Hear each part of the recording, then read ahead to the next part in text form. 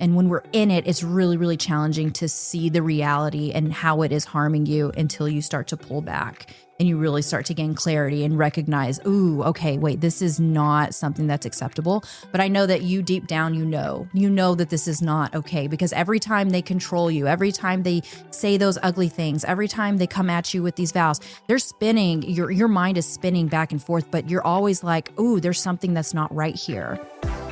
Welcome back to another episode of Till the Wheels Fall Off. I'm Matt. I'm Paige. We're going to rapid fire through about 3 different topics today, but all of them are going to be awesome discussions. I like these episodes. We don't have to beat dead horses for too long. We can just go from one topic to the next. And I think that it's more interesting as a listener. I listen to a lot of shows like this, and it's going to be great. So what are we going to cover? I think the first thing I'd like to talk about is some of the red flag behaviors that you can look for in someone behaviorally that have absolutely nothing to do with their addiction. And if some of these sound familiar, then your battle is going to be far more uphill than ours was. I think a lot of you guys come to us and you see yourselves in us, but I'm telling you that we're not the same. There's so many behaviors that are more severe in your loved one, and I've read the stories, and this is going to be a really important segment for a lot of you to take heed of and take notice of. Your path will be different. We're together. We've always been extremely clear why that is. I recognized the problem. I did the work. When she had just enough patience, I made space for that. And then she did her own work and her own recovery. But it was not waiting endlessly for an emotionally stunted or emotionally unavailable partner to get their shit together. That's not why we're together. Don't condone that. Don't encourage that by any means. And so please listen to this segment. Next thing we want to talk about is discomfort, fear, and resilience. There's a lot of behaviors that kind of run alongside being stuck in a relationship with someone who's dealing with addiction or immature behaviors. And it will leave you questioning yourself. Maybe you're the type of person that has outsourced a lot of their decisions in life. And maybe this is through a parent or a partner or whoever else. But what it leaves you with, at some point, we're going to discuss the why of it all, is in your relationship, you will be scared to death about outcomes that aren't the singular one that you're hoping for the most. What if they relapse? What do we do when we're co-parenting? How do I get over the anxiety of my children being over there? How do I get over the anxiety that they might slip? We're going to talk about why that is and how you actually do get through that. Finally, hold on. We're actually going to also break down like just everyday scenarios that you may be fearful of, that makes you feel a little bit uncomfortable, and that'll kind of help you gauge it within your relationship as well. Mm-hmm. And then finally, the incredibly depressing and unfortunate story of me being the most naive person in the world, thinking that the stuff that I've done in our relationship is basically what I thought was normal and the bare minimum, and kind of the journey that we've seen here over the last year or so. Why does it seem like the bar is so high for so many guys, and why can't they meet it? And is the bar too high, or have we just minimized this? Have we just accepted far less than we probably should and normalize that? It's going to be an interesting conversation, I think, when we get to that point. But let's get this thing rolling, man. This was an episode in the making. This morning, as we were kind of running through, like, what should we cover? What's the most important thing to cover? And there's not just one thing. It's a lot of things. We've spent a few hours just trying to put this together because we have so many things to talk about, to say, that it's hard to even put it into one episode. So we were like, all right, let's do segments and see how this goes. And I think this will be a good conversation. And I hope it's helpful for others as well. And so let's go into the first segment. We've kind of discussed this before, like the red flags within a relationship or whatnot, the red flags within addiction or somebody like that. But this isn't like, it's not a checklist of telling you whether to stay or leave or whatnot. It's just based on our experience and what we feel is like tolerable and what isn't, right? I just want to kind of name some of the behaviors that I see in certain situations or relationships that I personally did not experience within our relationship. And that's going to be the weaponizing of vows. Okay. Matt did not do this. We see this all the time. We see text message threads. We see people asking all the time, he keeps saying that till death do us part, or you're supposed to support me through everything, or the man leads the family, or all of these things when it comes to that. That's actually religion. Marriage is a sacrament. It's a vow. This is a vow. This is like in sickness or in health, all of these things. And And Matt didn't do that. He didn't do that in active addiction. He didn't do that afterwards. Like that would be a red flag for me at any point because my values kind of like would go against that. So I came into our relationship with the thought of there is always a possibility of divorce. Always a possibility of divorce. Now, Matt was kind of a little bit on the different side of that, saying like, we're going to do whatever it takes to get through this. I was right? always of the mind that like whatever problem we have, we'll solve. But I Right. think that you came from a family that dealt with divorce. I did too, in a different sort of way. Totally different. It could be its own show. No. But yeah, it's like, that's just not an option. Like we can figure this out. I think it was more of I don't know. It was kind of an endorsement of what I thought that we could really persevere through. Absolutely. And figure out. And you weren't weaponizing our vows or anything like that. No. But for me personally, I always knew that divorce could be an option based on his behaviors. Let's say that he cheated. Let's say that he was weaponizing our vows constantly, or he was degrading me, or if he, shifted blame to me all the time. That's another thing that you did not do. You did not shift blame. You were never saying like, you did this to me, or you never blamed the addiction on who you were either. You didn't blame the disease. You didn't blame your upbringing. You didn't blame me directly at all that you were the way that you were. Those all go against my values. And I don't think that I personally would have been able to tolerate that long term. There eventually would have been a time where I'm saying, you know what? I think I'm going to have to walk out of this situation. I know that I can take care of myself. I know that I have to take care of my kid. I know that I have to do this in order to be a healthy human being and be happy in life.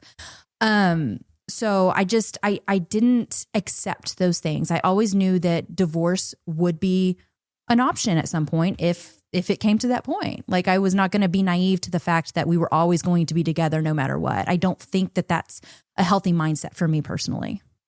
When we started the show and the community especially, we were really naive in the sense that we thought that our path was maybe pretty typical, like not the most typical, but more common than not. And then pretty quickly you begin to see that it's not the case at all. It's a really rare outcome.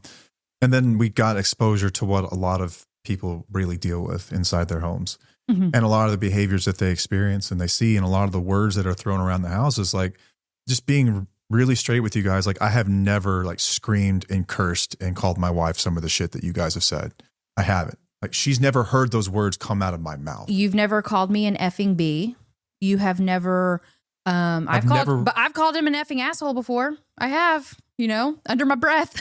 Sticks and stones. Like under, and then to it, I know that you didn't take that personally, but honestly, like you never did that. You didn't degrade me. I've never commented on your weight. I've never told you that you were a bad mother. I've never told you that you were like a shitty person. Like I've never said any of that stuff. No, no. And you didn't control me.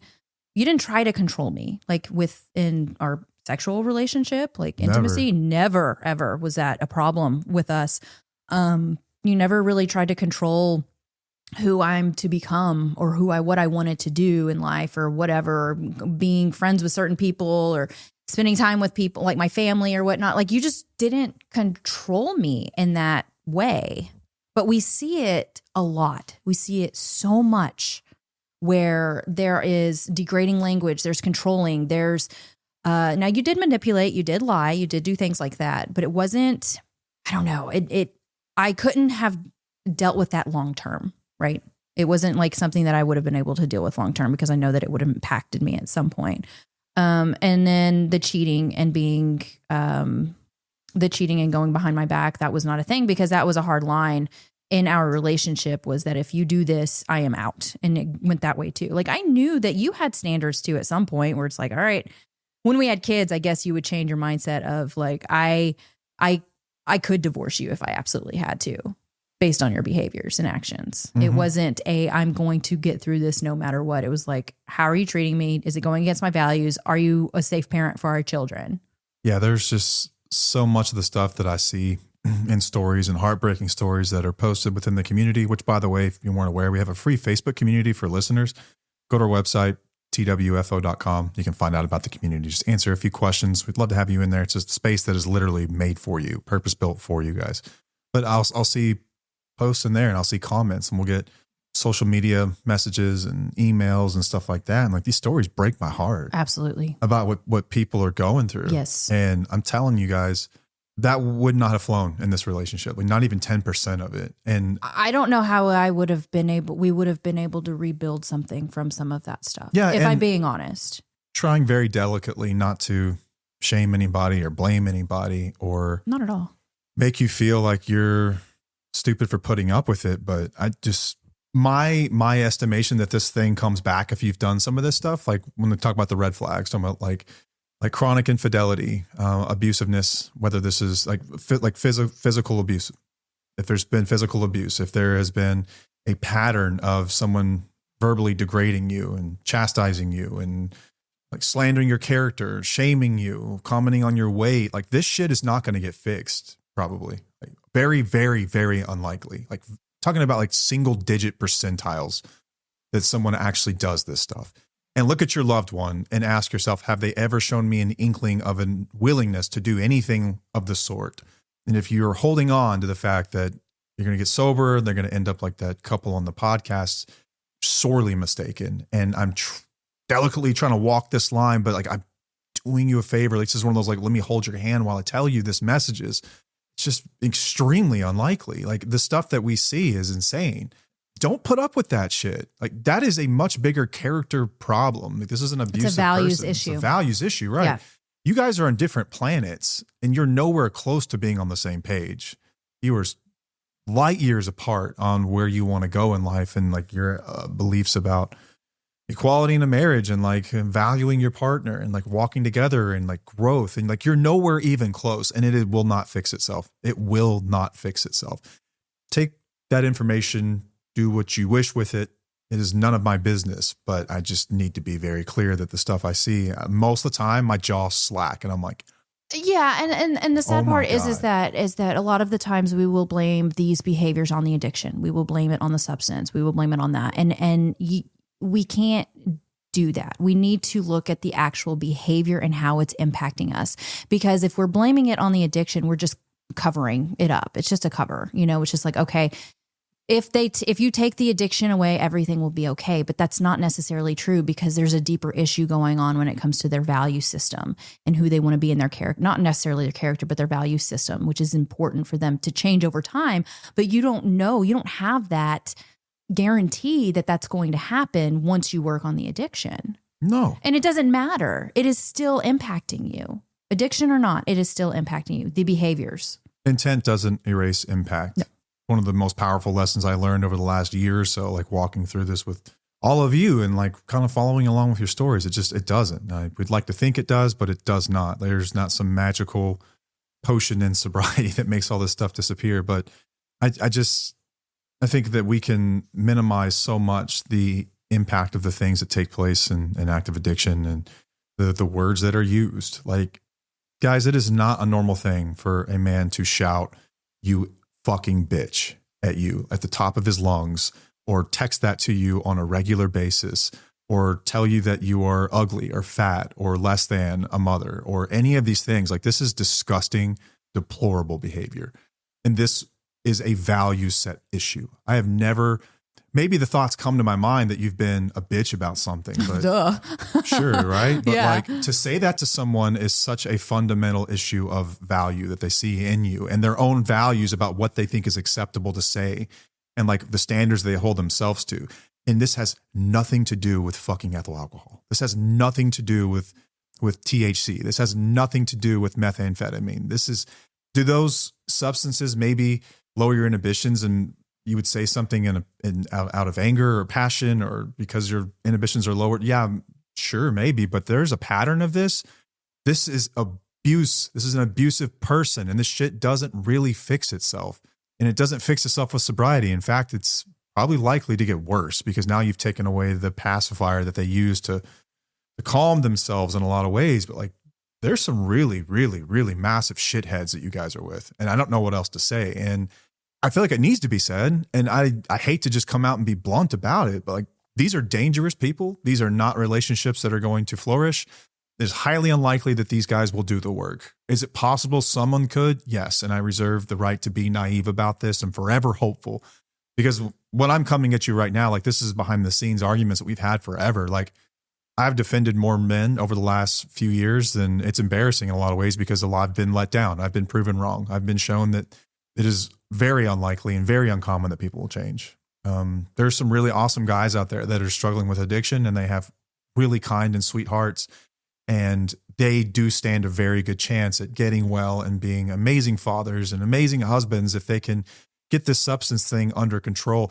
That was me. Like, right, but that doesn't mean that we need to sit around and wait for that either. Not forever. No, you don't need to wait. Just because I do feel like you over time, progressively, it would have gotten worse. And also it would have gotten worse financially anyway. I don't think that you would have been the best partner or the best dad or anything like that if you didn't get well, but I wasn't going to wait around forever for you to do that. No, but. So that's another thing I just want to be clear on. In these two realms of people, if we're going to split them up into two groups and you've got someone with a really kind, sweet heart who's awesome, but they struggle really badly with the substance and it's preventing them from showing up fully in their lives and in their children's lives and in your life, and they're absent and things like that, is a different camp than the volatile, correct, angry, abusive, like disgusting words and all that shit flying around the house. That's a different camp of people. Right. And I was in this camp. I was in the first camp, the former. I was not in the latter camp.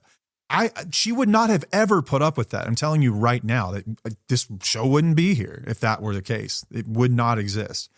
I don't know if those guys truly come back from that. I've seen some of their stories and I'm always very reluctant to believe that what I'm seeing is real. Right. In a lot of ways. Seems very performative. Yeah. Which recovery is performative within the first few years. Like, let's just be real. Some of it is performative. But over time, you can really tell a difference if somebody's being genuine or not. I know that there's got to be some non-zero number of them that do truly recognize their behaviors and maybe they cognitively develop tools to behave and respond differently. Like they really learn how to check themselves and respond differently, but it's going to be like a lot of work and a lot of intention to do that. And my estimate is that out of 100 people, there might be 1 or 2 of them that are willing to do something like that, to really understand and take that stuff. Maybe there's a third group that it's kind of in between the two and it could go either way, but it could be. I just wanted to go. I wanted to have this conversation. I've been wanting to have it for a while because I've been dabbling in it to see the differences and what I've recognized over the years, the differences in certain people that are recovering and who aren't. And the controlling, abusive behaviors are just, I didn't experience that. And I don't think that anyone should have to experience that. We don't need to accept that. Oh, and we'll put it this way. Like we're unlikely to reply to an email of yours or a DM and say get the hell away from that monster. But I'll put it this way. If my daughter sent me these messages, I would tell her that in a heartbeat. Absolutely. In a heartbeat. I would get her as far away. I would drive her to the freaking North Pole to get away from that person if I had to. Can we drive to the North Pole? Technically, probably a land bridge somewhere up there. Squirrel. My brain just went. You need a hell of a vehicle. But yeah, probably. Yeah. But anyway, that would be my advice to my own loved ones. Do not ever fucking put up with that from anybody. Right. I don't care. And again, I understand being in that situation and how challenging it is, especially if you have children. And it's been something that's been going on for long term. And when we're in it, it's really, really challenging to see the reality and how it is harming you until you start to pull back and you really start to gain clarity and recognize, ooh, okay, wait, this is not something that's acceptable. But I know that you deep down, you know that this is not okay, because every time they control you, every time they say those ugly things, every time they come at you with these vows, they're spinning, your mind is spinning back and forth, but you're always like, ooh, there's something that's not right here. Listen to that. That's your guts and your value system saying, hey, I don't think this is okay or this is acceptable and I need to do something to protect myself. And if I have kids, I need to protect them as well, because the cycle will continue if we do not stop it. Mm-hmm. They're not going to stop it. You have to stop it. And that's hard and that sucks and it's not easy, but you know what? It's going to be best for everyone in the long run. Yeah, guys, cycle breakers, man. I know that a lot of people see themselves in us, and I'm telling you, many of you, that we're nothing like that. I was nothing like that. I didn't do those things. I was abusive in the sense that I mistreated and devalued my wife, and I lied for a very long period of time. And no doubt there were moments where I got volatile and I'd flipped a coffee table over one time. I remember doing that. I would throw crap. Punch things, slam cabinets. Yeah, I would do things like that, right? Like that would come up. It wasn't Rage. right. It's extreme. It wasn't a pattern, like necessarily, like a chronic pattern. No, I don't believe so, because I can only remember a handful of times. But I'll say now, like in our healthy relationship, you have not done that. Like I can't even remember you doing things like that, because it's not normal to do that, and it's not okay. Like, because then if we have kids, we're training them how to do that. And what I need everyone to know is that that wasn't because I stopped drinking, and that wasn't because I quit taking pills. It had nothing to do with that. Recovery is so much more about acknowledging the feelings that you have and choosing a new way to respond to them. Like that's what recovery is about. And if your loved one's not down with that, if they're not willing to walk that very difficult and challenging path, they are never going to make it, ever. That is what recovery truly is. And it's examining your own emotions. Like I still get angry, right? I still get angry, and I still feel rage and anger.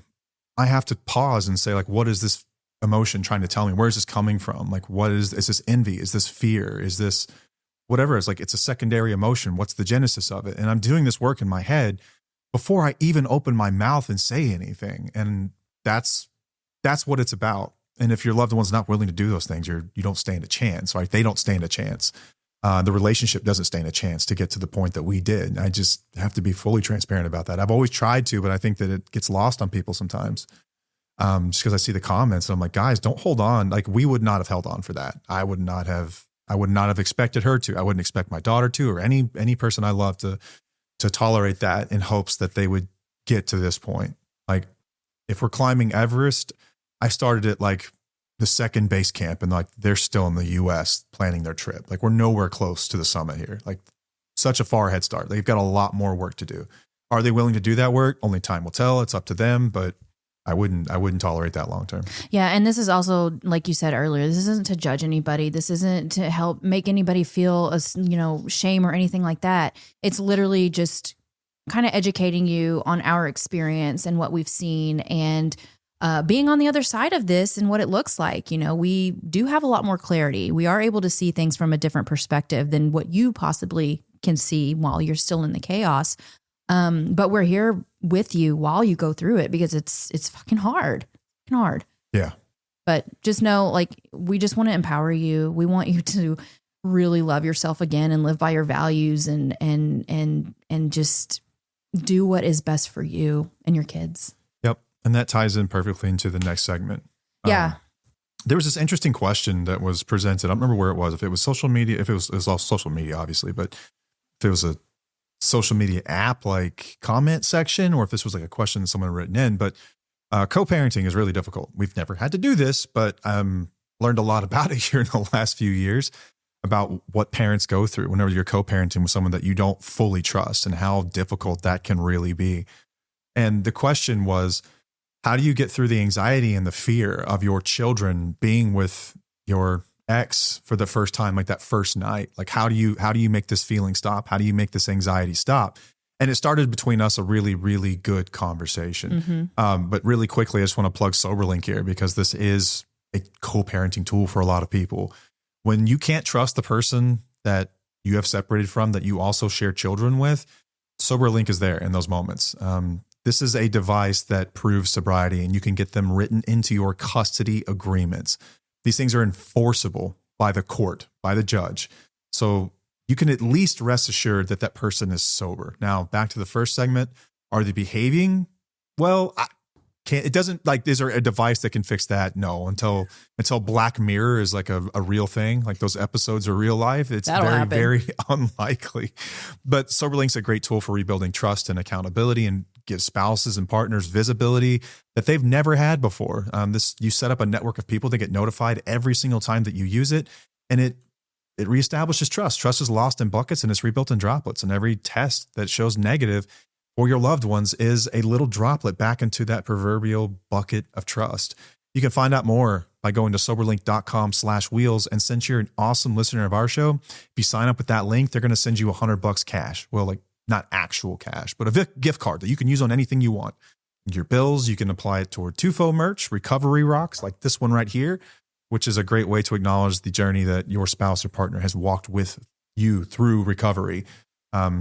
I got ticker tape parades and coins and stuff like that. And it means a lot to show someone else that you see them. It means everything to them.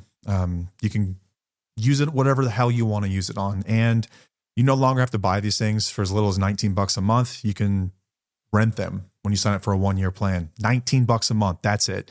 You've got the monthly plan cost, but they're also going to assist you with that cash back. So go to soberlink.com/wheels. Whether you're trying to rebuild trust or you're just trying to make sure that your children are safe, this is a practical tool, which isn't the answer to this segment by any means. It's just a great time to mention it because this is literally the purpose of the tool and why it's a sponsor of the show. Yeah, for sure. But back to the idea that how do I prevent this feeling that I'm having? We don't. For this very new experience. We don't. We try so hard to get rid of negative emotions. We try hard to shove them down. We try hard to just say, like, how do I get through this so I don't have to feel this? Well, the only way through is to feel. And the only way out is through. The only way out is through. And it's the questions we're asking aren't what we really need, I guess. The question we need to ask is, I guess, like, how do I get through it? Basically, it's not removing the feelings. Negative emotions are supposed to be there. I don't even like to call them necessarily negative emotions. I think they're just emotions. They're just there. They're powerful. They feel unsettling at times. Yes, they're they feel uncomfortable. Very uncomfortable. And it typically happens when we do something that's out of the ordinary. Something new. Something that is unfamiliar. So this is new. This is a new experience for you. And the only way through that is to really acknowledge it and then continue doing it over and over again. Yeah. Taking it back brain. to something that a lot of us fear. I think it is the number one phobia that people have is the fear of public speaking. Public speaking can be terrifying. I have Pages as she's sitting here on a podcast and YouTube in front of the world, but it's true. We're not really public speaking, just us in a room and a camera, but public speaking can be terrifying for people. And it's terrifying for pretty much everyone, including myself. In the beginning, when the first time I was ever asked to speak to a large group of people, I'm like, dude, this is like, I'm going to make an ass of myself. Like, I don't know what I'm going to say. And I don't even remember what I said. At the end of it, I remember looked at the guy that I was with and I was like, did I do okay? Like, I have no idea what just came out of my mouth. He was like, it was great. I'm like, I don't know what I just said. Like, that was terrifying. Like, all I could feel was this uncomfortable emotion and this panic. And I was all over the place and I didn't finish my thoughts and I was scatterbrained and it was just, I was everywhere and I was kind of disappointed in myself. But I kept doing it and I kept getting these opportunities to do it. I have spoken to groups of at least 50 people several times a month for the last decade. And I've spoken to even larger groups than that. I've spoken to I got asked to speak at a donation thing, like for a bunch of rich people for a treatment center one time. Donors, whenever you were in labor, remember that? Oh, yeah. I went in to be induced and you had to go to some recovery thing. Yeah, but like on the fly. And I'm telling you that now, like, I still get a little bit nervous, but I just have more competence because I have more experience with it. And it's great because I've got a wealth of experience, but there is no shortcut to be like, how do I become an expert at this thing that I'm very new at? It's wild because the question is often posed as, how do I make this just disappear? Right. How do I feel how better? do I Be okay with it? It's almost, how do I not feel this? Mm-hmm. Like there's some kind of like Jedi mind hack that you can do that removes this uncomfortable feeling for you. But that's not it. The discomfort is oftentimes the price of admission to get to what you're actually wanting, which is learning how to manage this. And like, how do I deal with this? How do I feel this? How does this not scare me anymore? It's learning to accept it. And it's repetitions. It's doing it over and over and over and over. Yep. Like when you're an amateur at something, you're new at it, like all of us, and you're going to be rather bad at it. And that's the price of admission. And you have to be willing to screw it up and look dumb or do it wrong and just keep trying. Like, I think that when you're talking about the fear of co-parenting, it's a very real fear. And I understand it's very visceral too, because it's your children, right? There's some practical things you can do. We talked about one tool that makes sure that they're like people are sober around them. Get that. You can also have an electronic device with your children. You can also talk to the co-parent or maybe whoever else is around and have some line of communication for whenever you just want to make sure that things are good. Everything good? Yeah, we're at the movies. Everything's fine. Yeah, they're in bed. Everything's good. And just have some kind of a line of communication to reassure yourself. And if you do that enough times, eventually it will start to feel kind of normal. Okay. For those of you that have kids that are kind of like teenage age, you know, the first time you leave them home alone, like how scary that is. Yeah. Like, holy shit. Now we leave our kids home and it's not like no big deal. You just worry less. Exactly. You worry less because you do it over and over and over again. Your brain gets to actually feel safe because you know that nothing has happened. And then you'll have the mentality of that even if something happens, you're going to be okay and you'll figure it out when the time comes. Yeah. You can't troubleshoot it. Yeah. The feelings that you're avoiding are exactly the feelings that you need to be feeling in order to get the thing that you're asking. Mm-hmm. They are literally the price of admission. The only way out is through.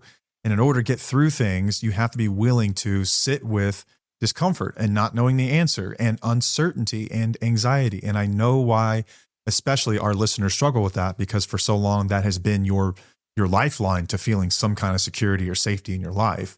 But our mission is just to teach people that you can find this even in the midst of the most uncertainty. What's going to happen? What if X or Z or Y happens? What if some path I had never considered happens? Like another big one is, oh my God, if they relapse, like people go nuts worrying about if someone relapses. Right. And from my personal experience, I never had that mentality of being afraid that you were going to relapse because I knew that if you did relapse, I was going to be okay by removing myself from the situation. It was just about being prepared and being okay with like what I will and will not tolerate within the relationship. If I sat around and I was always afraid that you were going to relapse, I'm missing out on life. I'm missing out on so many things. And I'm like holding on for dear life and white knuckling and just kind of like afraid of something that I don't even know is going to happen or whatnot. But if it does happen, I'm going to know what to do. And that's where the confidence comes in line, where it's like, all right, I know what I'm going to do if this happens. Instead of thinking, oh, is it going to happen? Which is a possibility it could happen, but I'm not going to allow it to consume me because then I'm living my life by fear. I'm avoiding, I just kind of accept that. I'm just like, if it happens, I'll know what to do. So that's when I tell people, you know, you just have to be prepared for if they relapse. For me personally, you relapse, I'm gone. I don't want to go down that road again. I'm not going to be there. Like I can take care of myself. I will be okay. Instead of saying like, oh, what am I going to do if it happens? If I stick around and just like, I'll always be on eggshells if that's the case. I don't want to live like that. Where does that confidence come from that you'll be okay? The confidence comes from that I'll be okay. Like if something happens, just living by my values and knowing that I'll survive. I'll do whatever it takes to survive. I'll be okay no matter what happens within our situation. Like I trust in whatever to get me to that place. Yeah. I think you've always had a really natural way of looking at even if versus what if, which we're going to beat this horse until it's freaking pulp. Yeah. What if this happens? What if that happens? What if? Okay, forget about that. Even if it happens, I will be okay. Future you is a badass and you don't give yourself enough credit, listener. Like you don't give yourself nearly enough credit for your ability to be resilient and persevere and survive and come up with schemes and plans and become flexible psychologically enough to where you can survive anything. I think that we get so attached to a singular outcome that we block ourselves off to any other path. And that is a recipe for disaster. If you put all your eggs in that basket, and especially that basket, a sobriety basket, that is so dangerous. Like you are likely to be let down. Just statistically, you're likely to be let down. But the most, confusing part about that one is that it is absolutely out of your control. This is something totally out of your control. Right. This is like worrying the same that like it will rain soon or something. Like it's completely out of your control. You can do nothing about it. Right. It's when it does, what are you going to do? How are you going to dress differently? Are you can change your route to work, maybe the time you leave to avoid accidents. Like you adjust like anything else in life. And this is how that works. But for some people, the idea that the relationship may not work out the way that they wanted it to is something that they are not even willing to examine or to look at. And that is like, that's what we're trying to get people to do here, is that this is a possibility. We don't want that for anyone, but it is a possibility. And you have to consider what that might look like. You have to consider it. The fear comes from the fact that you're not considering it, that you're not thinking about what that could look like. And that doesn't mean endless rumination about it necessarily. It just means like a pretty simplistic idea. Like Paige and I have talked about this. She's like, well, I mean, there's family members I could probably move in with. It wouldn't be fun. Surely it wouldn't be fun. We would lose our house and that would be sad and everything else. But like, I would figure that out. And then I know enough people from my days in insurance where I could probably get a job and start small and then work myself back up. I'm not committed. You don't give a shit about materialistic things. So it's like, I'll drive a shitty car. Like I'll figure it out. Like I will figure it out. Like if there's one thing that's for certain is that I will be safe and I will find a way to be happy in that. And then you move on to the next item of your day. Exactly. It's really, really simple for you to be flexible psychologically with a lot of this stuff. Correct. And I think it's much more difficult for others. And I can't help but feel like that is it's just a lack of resilience. I think when you look at it, really, it's like, right. Like for as resilient as a lot of our listeners are, I think that some also lack the psychological flexibility to be resilient in alternative outcomes. Right. That are possible, right? Like no one wants to think about a worst case scenario, but I think you're also like, it's kind of selfish to think that like, I don't know, like what makes you so unique that you wouldn't be able to figure it out? Like, why are you so unique? Tell me, like, why are you different than everyone else that has walked before you that had to go through the same thing? Like, you're not special in that regard. Like, listen to those stories and what those people did and consider that it could be a possibility. And you'll find your answer and peace in that. You can still not want the thing to happen and also be okay if that thing were to happen. And I think that's where a lot of the pressure and anxiety comes from with a lot of these outcomes. Right. It's, fear of your children being with someone that you deem to be somewhat unsafe is a very scary thing. Mm-hmm. The only way out is through, right? If something were to happen, your kids come home and tell you like, hey, I think dad was drinking and like it got weird and he brought these weird girls over. Like you take that to your lawyer and like get something done, you know, like, yeah, you just don't like, oh, what do I do? You take the next right step. Yeah. And you start to eliminate some of these things that could stand in the way of you feeling secure, but like, it's going to be okay. But the question is not, how do I not feel anxious? The question is like, what kinds of beliefs and ideas do I need to start to consider in order to feel like repetition could solve this problem for me? Yeah. It's like, how could I persevere? Like, what could I do to develop resiliency? Like what ideas could I have that could get me through this? Like the price of admission to that safety and that like that security that you want is quite literally the fear, and it's the uncertainty, and it's dealing with it over and over and over and over again, like that public speaking thing. Yeah. Get through it over and over and over. Right. And if you're interested in learning more about how I built that confidence and being okay with that, all the outcomes, we have the Reclaiming You program that used to be Independently Strong, but now we switched it to Reclaiming You. Much better name. Because it makes more sense. You're trying to find yourself again, because within these situations, in these relationships, me personally, I felt as though I had lost myself. I didn't know who I was. It was hard for me to live by my values at that point. And we created a program with a licensed therapist to help guide you through that so that you can build up that confidence to live the life that you want to live and just live by your values and figure out what your values are. We talk about values. We talk about boundaries. We talk about self-care. We talk about relationship dynamics. 10 modules long. We've got videos, exercises, a community that meets every Wednesday with Matt and or me. And it's a powerful program for you to go through to help you just kind of see things in a different perspective. And the concentration of success stories in that group is far higher than any other population that we come into contact with through like the community or social media comment sections or followers or anything else. Like it's in that community where you find the most success, and success means different things for different people. Mm-hmm. But people who once like showed up thinking like, we're going to rebuild our marriage, everything's going to be fine. And then something out of their control happens and they've found a way to be resilient and persevere and change what success means for them and reframe hope. And it's a fucking awesome thing to watch. It's inspiring for us. Like, I feel like it's an honor to be able to witness this stuff and to hear those stories. But what it does is it reminds me that like, this is the stuff that we're talking about right now it's true. This is true. It's not just an opinion. Like this is the observations of real people that walk through it. And that's where those people are. And we meet once a week. You can be around these people. Like these are the people that you want to be involved with. They're awesome. Yep. They're amazing. Yep. It's a great community. I love it. Yeah. There's something to be said too. Like we covet what we see and what we know, you know what I mean? And like, you don't know what you don't know. And it's tough to be in a really bad relationship and fear losing that relationship, even though it's bad, but you don't know it's bad because it's all you know. This is a terrible analogy. And maybe a bit crude and disrespectful. We were talking about this earlier. It's like we had this old chicken in the fridge. I'm wondering where you're going with this. Oh, yeah. Spoiled meat. And I was like, like there's spoiled meat in our fridge. It's Is there? No, there was. Could have been. Like that old chicken from like way old. I'm talking about from I froze it from 4th of July. Yes. And it's like, get rid of it. It's like, but we have chicken. Like we can figure that out. It's like, it's spoiled meat. Like just get rid of it.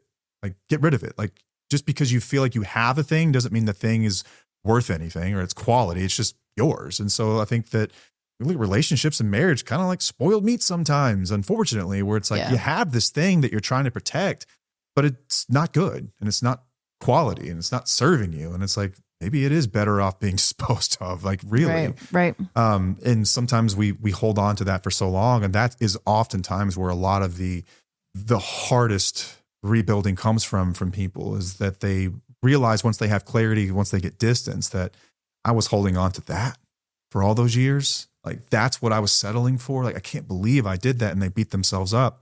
You have to forgive yourself for the things that you didn't know, the lessons that you hadn't learned yet. But that is many people's situations. Not everyone, but a lot of people go through that. It's tough, man. Yeah.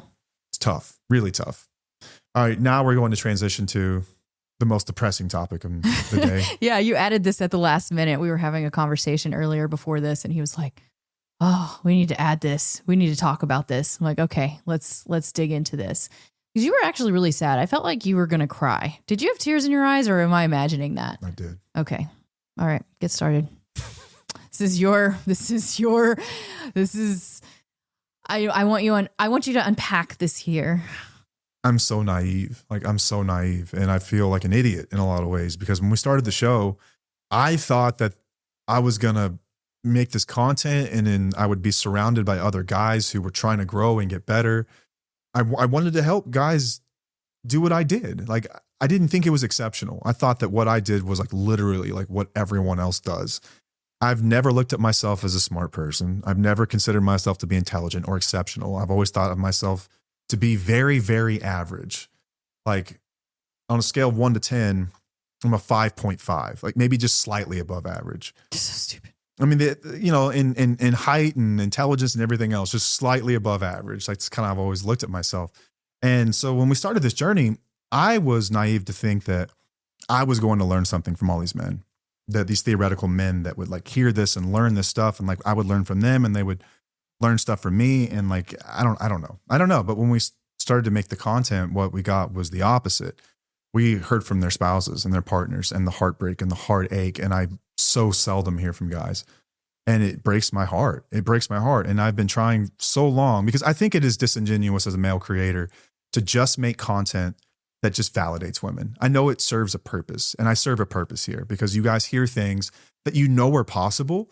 And so you're able to hold your loved one to a standard to show like it is possible. Like people do this, like people get better and like they can start to take accountability and they rebuild things, and like they don't dismiss and they don't invalidate and they don't minimize or deflect, or like there's always those dudes that are like, well, this goes both ways. Like, oh my God, I'm gonna have a whole episode about that shit. But I did not realize that it was as rare as it is. I didn't realize that my outcome was as rare as it is. And like, it is incredibly rare. And that is a really, really hard thing to say out loud and accept.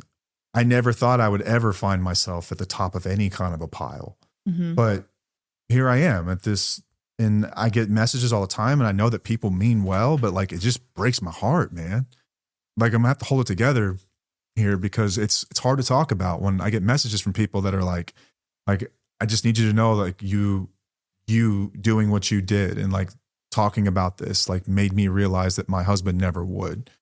And it's commendable what you've done. I need you to know how rare that is. And like, I know that these are like really sweet messages, but they make me cry almost every time. It breaks my heart to know that people are going through this shit. And it's like, this is possible. And like, this is the standard we should be holding people to. It shouldn't be an impossible standard, guys. I'm average. Like, you can figure this out too. It's an unwillingness. They just don't fucking care. And that's the hardest thing for me to accept, is that they just don't care. I thought that I would change so many people's perspectives and like help people. And it's just, I never considered the fact that no one would give a shit. I think you have, because we do have couples who listen in, and we do have people who, send rocks to their significant others, and we do, but we don't hear from them very often. It's mostly the other. If you're out there, remind me you're out there, because this is getting lonely. That's what I was going to say. I was like, send them an email, Matt at twflcouple.com, and just let him know that there's something he's saying that's helping you get through, because it's been challenging to watch him, because he has always been like, I need to get through to these guys, because if I can get through to these guys, then a lot of the problems are going to be solved, because that's the majority of the issues. But you can't get through to people who aren't willing to hear. The spouses are trying to get through to them every day. They have children who are trying to get through to them every day, but they are not willing to listen. But there is a handful of people who are listening. So I don't want you to give up on that just because it's not the majority. But it did help us realize that it's not normal. Like the accountability you take, the equal partnership, the way that you show up for our kids, the way that you don't rage, the way that there's so many things that you do that I don't think a lot of spouses are seeing. And it's making you sad, because you're like, I'm not special. This should be normal. This is how we should be treating people. So you're recognizing that it's not. It's sad. It's really, really sad that this has been normalized in our society. We keep lowering that fucking bar and accepting it and minimizing and saying that this is just how it is. Yeah. But what you do, is it hard? Like, is it hard for you to be a good person? No. Is it hard for you to take accountability? Is it hard for you to recognize that, like, yeah, you lied, you hurt me in a way? Was it hard to recognize that you need to stand up for your kids and be there for them? Was it hard to become an equal partner? No. Like, was it, I mean, it took time, but it wasn't hard, right? No, it wasn't that hard. It wasn't that hard. It really wasn't. And I don't know why that is. And I have to think that it's nothing exceptional about me. It's really not. Willingness is probably the greatest piece of that. It's just a willingness, right? A willingness to admit that you were wrong, to walk forward, to try new things, to discard parts of you that don't work, and still love yourself along the way. I don't know exactly, but it's not hard. You can do both, right? That's like two thoughts at once. Like, you can give yourself grace and compassion for things that you've done, and then not beat yourself up, but also do better. The only time I've ever like really, really hated myself was like those first few days when I checked into rehab. Like, I hated myself for putting us in that situation. For getting us there. And I think that shame is an incredibly valuable source of fuel to get you off the launching pad on this journey, but it's not a long-term solution. Shame won't serve you forever. It's a really, really important thing in the beginning, though. Stand by that 100% and fight me on that. I'll argue with anyone all day on that. Yeah. It's important that you feel that, because that is a really powerful, mobilizing emotion that gets you directed towards something different. Yeah. It should be a signal to you. It's data. What is this trying to tell me? What is this trying to change? And then I know what it's like to hate yourself in small bursts, but like, I don't know, like, this has just been the most disheartening thing ever. I've booked social media strategy sessions with people and talked about this, like, how do I reach more men? And I've got some ideas about how I can do that, but I presented to this person who I respect, and I think that they do a really good job of engaging the masses. And I was like, on one hand, like, on one extreme, I just suck at this. I suck at engaging people. I don't have the personality for it. And I need to redo and rethink everything I know about, like, engaging people, like, through content. On the other extreme, they just don't fucking care. And I just asked her point blank. I said, which of these is more likely? And she said, they don't fucking care. They don't care. And I told you that from the beginning. Like, they don't care. They just don't care. And that is the one that, like, crushes me, because I think about the benefits of a life well lived and just wanting to be a better man, and like the benefits of my children. And I think about the peace of mind that I have every night when I go to bed. And like I really do love myself. Like, I like me. I'm proud of myself. I like the man that I am. I can go to bed every night and be like, good job, dude. And that doesn't come from being arrogant or your ego or anything like that. You actually, I'm going to make you feel uncomfortable here, because you don't like it when you're praised to a certain extent.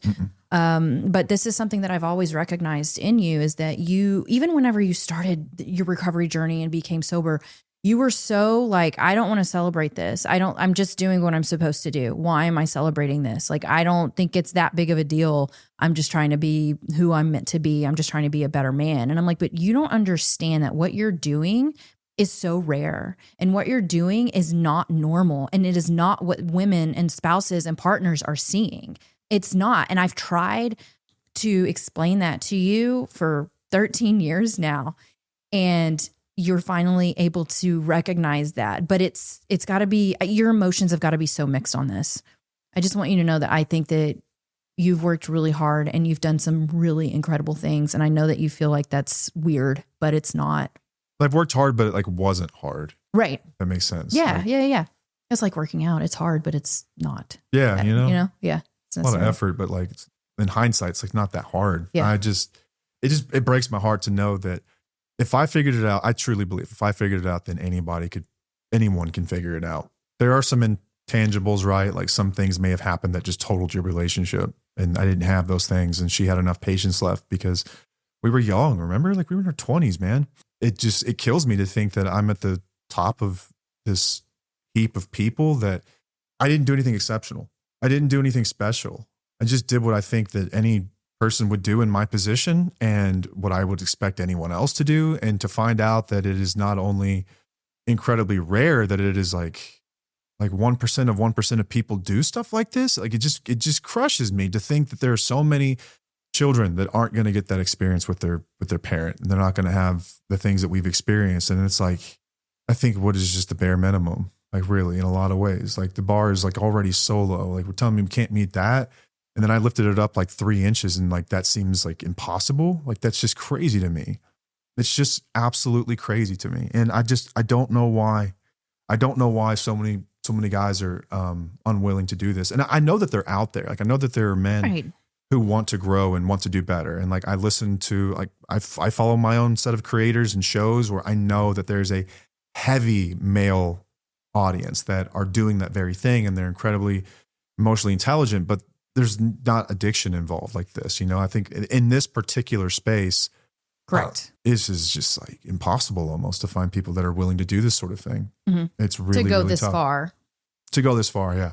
Because they'll start. Like, there's a lot of stuff out there on recovery and being a better man, I guess, but it's not as in depth as what we talk about. Yeah. When it comes to relationships and things like that and accountability. It's lonely and it's sad and it just breaks my heart. And like, I appreciate the kind words, but like, I don't feel good about any of that shit. No, he didn't take those as like compliments. It was more of just being really sad. And it was like, I don't know. It was an eye-opening moment for you. But I do think that, again, these conversations still need to happen. There are still people out there who are listening and learning. And it's just, we're just normalizing so much shitty behavior. Yeah, we are. We're normalizing a lot of shitty behavior. In that strategy session with that creator, she had a really good take on this. She was like, success for you is probably going to look a lot different than it does for a lot of other people. You guys are going to help spouses in masses. You're going to help hundreds of thousands of people, millions of people you will impact on that side of it. But your mission with men, you'll have to redefine what success looks like. And it'll be done in ones and twos. It'll be that one dude who reaches out and he's like, man, thank you. Thank you for opening my eyes to this. And like, this is what my life looks like now. I've taken some of these things, I've made it my own, and this is my path. And like, things are great. And then you might get a couple more, and then it'll be a while and you might see one more, but it'll be little and slow and a very long journey. Yeah. It's just tough, man. I was really optimistic and naive, I guess. I don't know. I don't think that you're necessarily naive. I think you can still be optimistic. Like I said, there's still people out there that are listening. It's just not going to be in the masses as it is with the spouses and partners. Yeah. And I've been accused of being like a pick-me addict, which cracks me up to no end. I laughed so hard about that comment. Fuck? I loved that comment. It cracked me up. Like, this guy's such a pick-me addict. It's like, dude, no. Just trying to be a good person. I don't know what else to say to that. Like, I'm just trying to be a good person. Like, if the things I'm saying make me a pick me, we have such a massive problem, like socially, with what we expect of a lot of men in rebuilding things and taking accountability. And yeah, I don't know, maybe I'm in the wrong space. I need to hang out with maybe dudes in a different space. I don't know. Maybe there's something to that. I don't know. I don't know. Y'all are kind of in on our lives right now that we're discussing. It's kind of interesting to be recording this. These are bedroom conversations. Yeah, to have these thoughts come out into, life. But yeah, I'm not giving up yet. I'm going to keep trying to repurpose things. I'm going to try to engage guys, and because I truly do believe that, like, I was put here to help people. That's what I'm supposed to be doing in my life. Is help other people. It can be all. It's not just one or the other. Yeah, but making particular content to like really draw them into like more of the men into these conversations that who might be willing to change to get better, to want to do better. But like I at one time was really naive and convinced that if I could get in a room with a bunch of guys, I could just fix them. And Paige told me one day, she was like, what makes you think you're so fucking special that you could do it? Like their wife couldn't do it. Like pretty sure those were my exact words. Yeah, like their best friend couldn't do it. Oh, but you're gonna do it. And I was like, ouch. But you have a point. It's true. Like what? You're right. I mean, because what we've talked about with communicating with people in active addiction, like when you were in active addiction, would you have listened to you? No, I probably would have blocked me. Exactly. Probably would have blocked me. Exactly. So what you have to get through to people, what you would have wanted to hear back then, but you were so into you that you weren't going to listen to other things that were being presented to you. It's got to be a much more subliminal message and not so direct. Correct. That's what I think. If any of you have any freaking ideas, I am all ears. All ears. Matt at twfocouple.com. I'm all ears. I'm trying to make a difference is what I'm really trying to do. Trying to end suffering and misery for a lot of people, for everyone involved in these things. And I think that, yeah, you can sit there and you can make content that's really validating for people, and you can teach women what they already know over and over and over and gather tons of downloads and likes and all that shit. But it's like, at the end of the day, I want to make a difference. Like I want to make a difference. I want to get to the root of this shit. Mm-hmm. And I really want to help these guys. I really do. I think we're doing it. We're doing things. It's okay. It's just tough. It's really tough. It is. It's lonely as shit. I should not be at the top of any heap of people ever. If I'm at the top of a group, we have a fucking problem. Quit major saying that. We have a major problem. You're doing, like we've said, like you've even said forever what you're supposed to do, but it's like, it's not normal, I guess. Nobody wants to stand up. And I guess we could have a conversation surrounding like why it's so challenging for people to get to that point. Like, why is it so challenging for men to take accountability? Why is it so challenging for them to listen and be interested in their partner? Why is it so challenging for them to want to grow up? So I'm going to have some interesting conversations here in the coming year on Mondays with Mindset Mondays. And I'm going to bring more guys into this conversation and ask those very questions and get other takes and other perspectives. Because here on the show, we get my perspective, the things I read and the people that like I listen to, but I want to get some like perspectives from other guys and like dissect this stuff and like really get to the bottom of it and figure out what's going on. Yeah. Like, just get some honest takes on why do you think that is? Because I think what you're saying is true in a lot of cases that we deal with in the space that we are in. Why? I want to know. Yeah. I'm really curious. Mm-hmm. I know what stood in the way for me, but it seems like that was abnormal, which is crazy. But then again, it's like the how is obviously more important than the why. It is. But still, it's interesting to know in order to figure out the how, sometimes you do need to know the why. They're both important. I think it's like, I've always said like they're both important. Yeah. But for the immediate, what can we do about this problem today? How wins every time? Absolutely. How are we going to fix this? Right. You need to know the why long term. You will return to those old patterns if you don't understand the why. Yeah. It makes the story make sense. Absolutely. Wraps it all up. It's like watching a freaking series for 5 years without watching a series finale. Shout out Stranger Things, by the way. I thought it was effing perfect. I know a lot of people. I had mixed emotions. I know so many people, it's like controversy and like people have all these opinions. I think it was effing perfect. I think it was wrapped up so beautifully and wonderfully. And I did like the last grateful for the way that they did it because I was around for Game of Thrones, you know? Yeah. Which some people thought was way worse than I did, but I didn't think it was a good ending. Yeah. And I loved that show for so many years. And it was like, that's what we got. I mean, we had a freaking party to watch that last one. I forgot about that. Damn, man, that was okay. Stranger Things, it was like eyes welled up with tears and it was just beautiful. I loved it. That was perfect. Yeah. But it's like, if you don't understand the why, it's kind of like watching a series with no finale. Like you have to make sense of all this in the end and have some kind of closure to it. But anyway, that is our smorgasbord of content, topics topic, and ideas today. I think I don't know. I like the idea of not having a central topic whenever it's kind of a lighter topic that you can sit there and just talk about for an hour plus. And like, you can have a conversation about it, but like, how deep is the conversation? You know, I think this way we get to the more of it. We'll try these out. If y'all like them, we'll keep doing them. Let us know in the comments, especially on YouTube. We're really trying to grow our YouTube.